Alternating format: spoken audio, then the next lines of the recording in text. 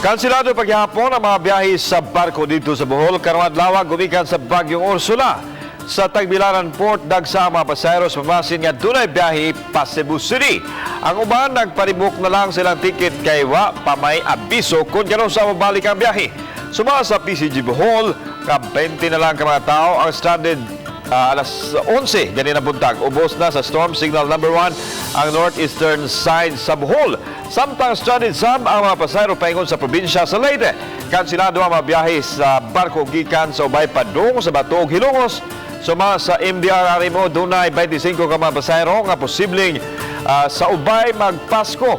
Yatagan hinoon sila og luka sa lokal nga kamahanan og pagkaon ug ubang panginahanglan dito sa Dumaguete City, Negros Oriental. Posibleng sa pantalan sa magpasko ang gatusan ka mga pasahero. Human gikan sila sa Philippine Coast Guard ang biyahe padung sa Bohol ug Sugbo sukad gahapon sa buntag.